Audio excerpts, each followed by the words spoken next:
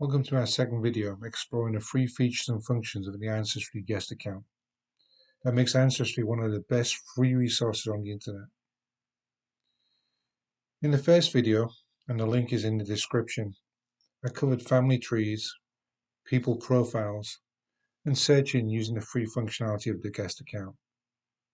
In this second video, I'll move outside the tree and look at some of the free research tools available: Ancestry Academy, the Ancestry Support Center, message boards, and the messaging system.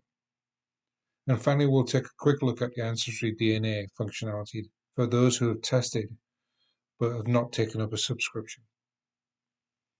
Before we visit the Academy, can I take a moment to ask you to subscribe to my channel and like my videos so I know I'm making content that you enjoy.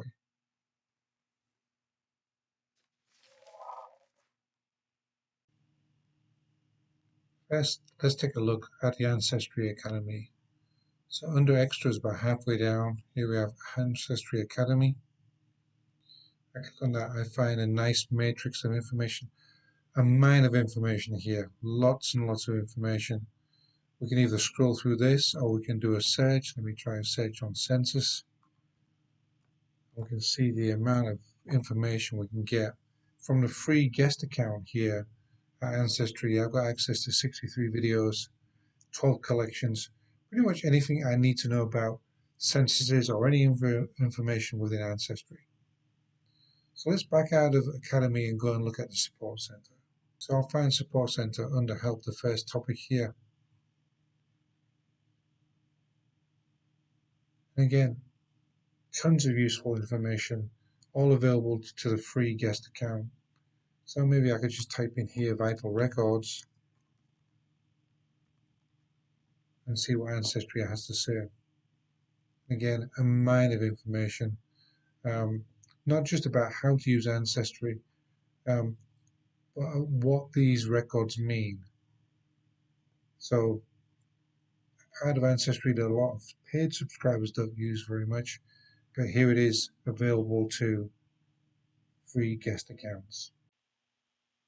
So let's take a look at message boards now, and then we'll look at message systems finally. So under help, I will look at message boards. Again, a totally free resource. According to Ancestry, this is the world's largest online genealogy community with 25 million posts. Now I can search the boards for a normal search system. It's going to look at the federal census that was burnt here in the US. And I can drill down into this and I can take a lot of time researching. So a wonderful research tool that's not used as much as it should be by even paid subscribers of Ancestry. So a lot of information on there. And then let's finally pop over to the messaging system. And as a free guest user, I have the same access to the messaging system as somebody with a paid subscription. So I can send and receive messages just in exactly the same way. So I won't belabor the point here. This is a system I've just set up to share systems. So that's the 4 areas that I wanted to look at today in terms of research. That's the Ancestry Academy, that's the Support Center, message boards, and the messaging system.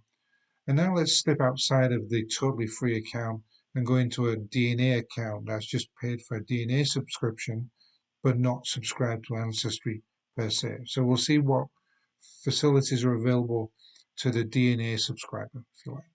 Before we take a look at the DNA functionality, if you've not yet purchased your kit, I'd recommend waiting for them to go on sale, which is quite often, normally at holiday time. But here we are at a familiar DNA dashboard. Trades do not come with a DNA purchase. They're currently about $20 extra as of July 2023. They are fun, but rarely add anything to a research perspective. Let's look at the 3 big areas: through lines, DNA matches, and DNA story, which is ethnicity. In terms of your DNA story, it's exactly the same whether you have a paid subscription or not. Here's my European ancestry.